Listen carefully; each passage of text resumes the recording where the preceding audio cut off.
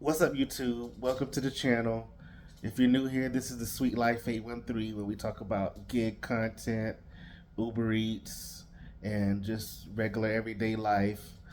Um, if you haven't already, just make sure that you like, comment, and subscribe to stay notified of whenever I drop videos and content so that you can follow along.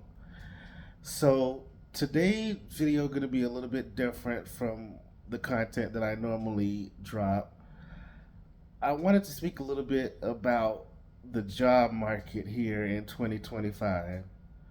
So I'm going to give you guys a little bit of backstory here. I recently worked for one of the largest, most successful banks in the country for the last 15 years. And I was recently laid off in March of this year.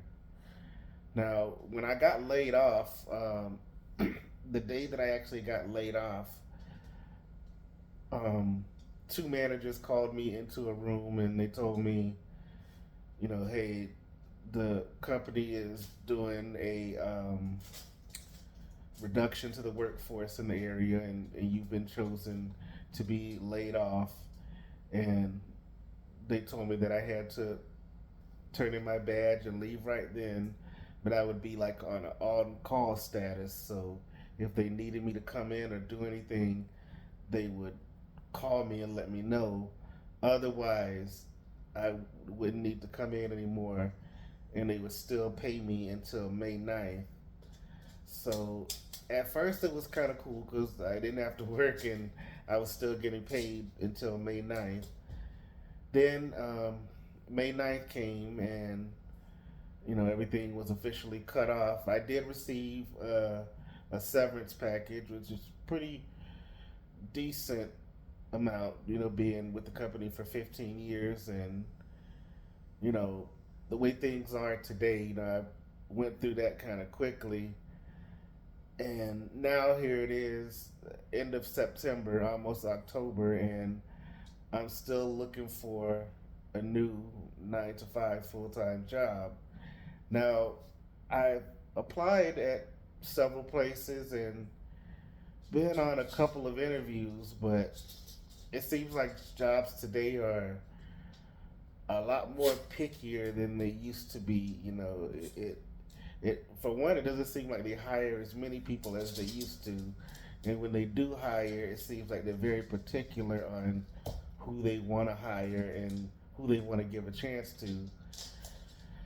So, for example, I've been trying to get hired over at USAA in different positions, and I actually know a few people that used to work at my last company that now work at USAA, and they've been helping me and even referring me for a few positions. And I had a couple of interviews with them, but um, every after every interview, I always end up getting an email denial saying that they're going with another candidate.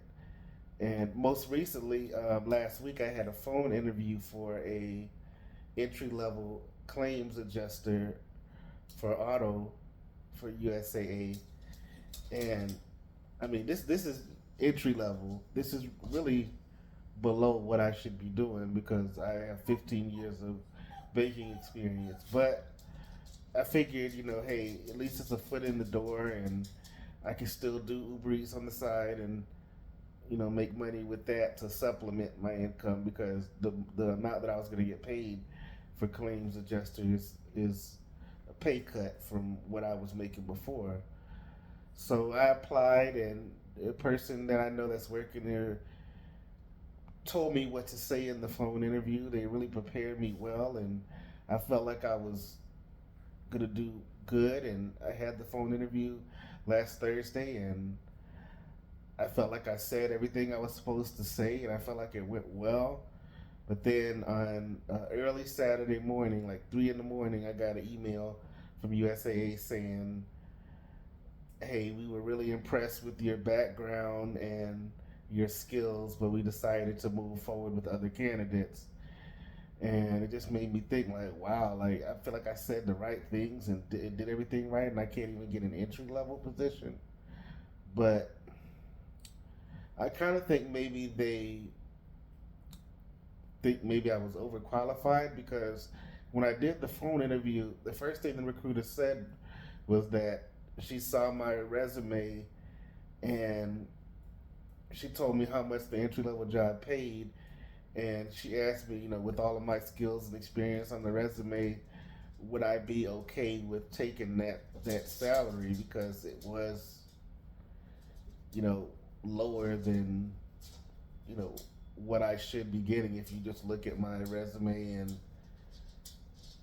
I also have a bachelor's degree in information technology management, etc. So, you know, I guess it was surprising to her that I was even applying for a job like that. But I told her yes. I'm fine with that salary. So we went ahead with the phone interview. So now I'm kind of back to square one. I've continuing to apply for jobs. Apply for Citigroup and um, Suncoast Credit Union and different jobs. So we'll see what job um, contacts me next and gives me an interview. But I just want to know how you guys feel about the job market today. What is the reason that it seems like it's so hard to find a job today? You know, last time I was out of work, over 15 years ago, I went through a similar situation, and I know it does take time. At that time, it took me 7 months in order to get hired in my last job. So, I know that it can take time, and I didn't have Uber Eats back then to help out. So, you know, it's I made it through that time, but now I'm really ready to go back to an office, go back to what I'm used to, and have a direct deposit coming into my account every 2 weeks like I was before. So I'm really hoping that something will come through. I mean, I even applied at Geico, and I had an assessment that I had to take for Geico, passed the assessment, and I had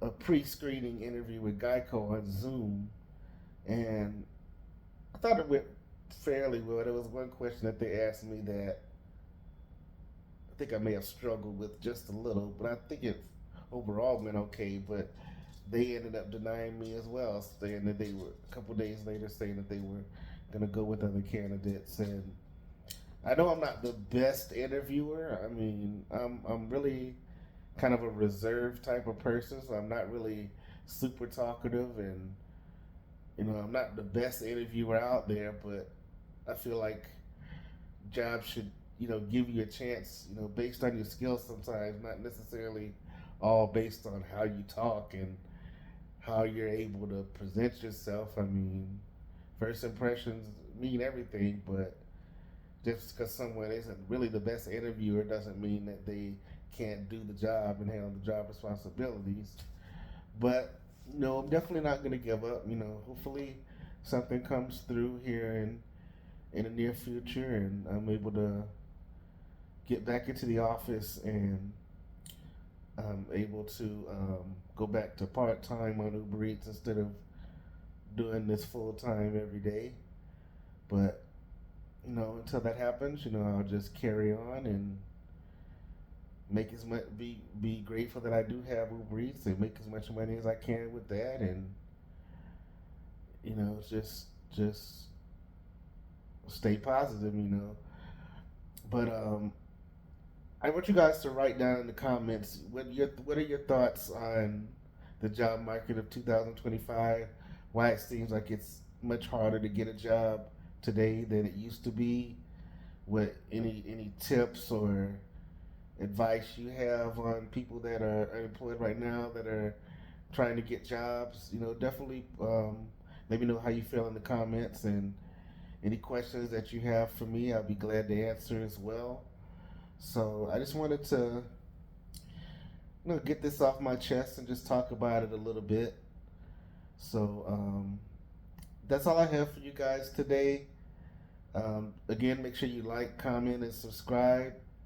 Hit the notification bell so that you're informed every time I drop a video, so that you can be the first to watch it.